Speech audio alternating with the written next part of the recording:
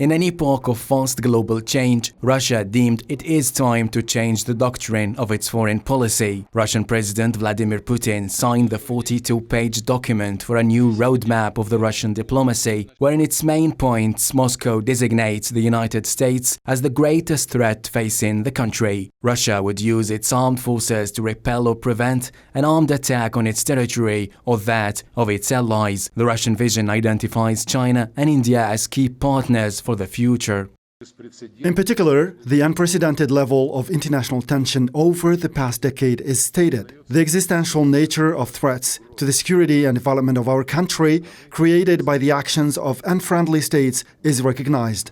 The United States is directly named as the main initiator and conductor of the anti-Russian line, and in general, the policy of the West aimed at the all-round weakening of Russia is characterized as a hybrid war of a new type. The new concept made no mention of Ukraine at all, but in an atmosphere of escalating conflict-related disputes in Ukraine and their repercussions pushed Russia to boost political and economic ties with several countries, particularly China.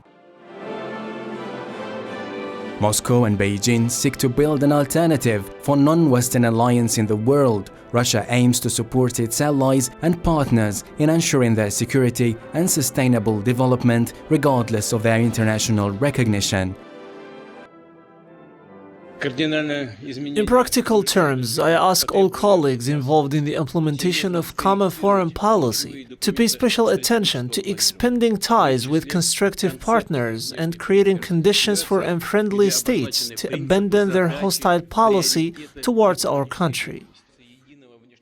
The adoption of this new strategy confirms the deep gap that has been existing between Russia and Western countries since the beginning of the conflict in Ukraine.